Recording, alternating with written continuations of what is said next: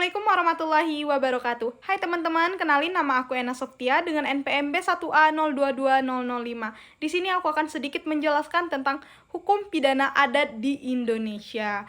Apa sih hukum pidana adat itu? Jadi, menurut Hilman Hadikusuma, hukum pidana adat adalah yang juga disebut adat delection reh atau hukum pelanggaran adat adalah aturan-aturan hukum yang mengatur peristiwa atau perbuatan yang salah yang berakibat terganggunya keseimbangan dalam masyarakat, sehingga perlu diselesaikan, perlu dicari solusinya ataupun dihukum agar keseimbangan masyarakat tidak terganggu.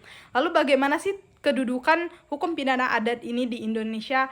Nah, jadi teman-teman, keuntungannya sekarang adalah terdapat pada KUHP baru atau Undang-Undang Nomor 1 Tahun 2023 tentang Kitab Undang-Undang Hukum Pidana yang nanti akan berlaku pada tahun 2026.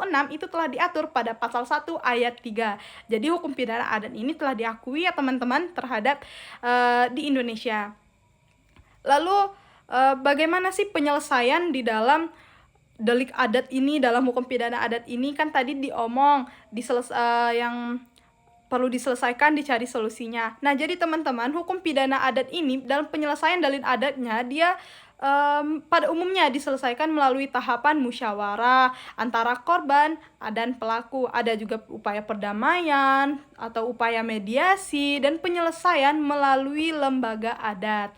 Jadi hukum pidana adat ini sangat mengedepankan untuk keputusan bersama yang melalui musyawarah. Bagaimana sih bentuk-bentuk sanksi adat yang diterapkan dari penyelesaian delik adat ini?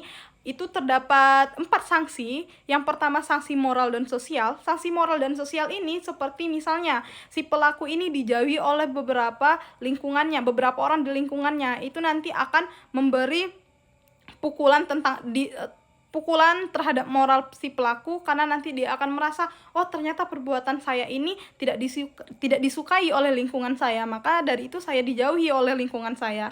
Lalu yang kedua ada sanksi ekonomi atau denda adat. Nah, denda adat ini biasanya diambil dari keputusan musyawarah antara si pelaku dan korban. Denda adat ini berupa uang yang merupakan sebagai bentuk ganti rugi terhadap kerugian yang dialami oleh korban. Dan yang ketiga ada sanksi ritual atau keagamaan. Nah, sanksi ritual ini atau sanksi keagamaan terkhususnya di desa saya itu ada seperti cuci kampung ke teman-teman.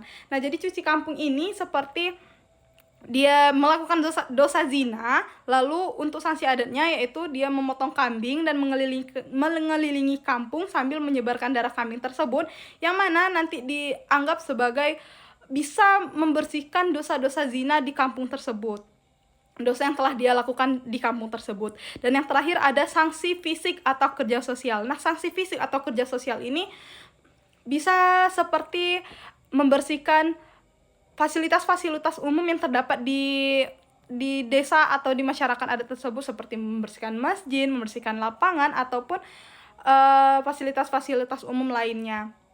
Nah, yang jadi pertanyaan memang apa sih kelebihan dari hukum pidana adat ini? Jadi kelebihannya itu lumayan banyak teman-teman. Yang pertama itu fleksibel.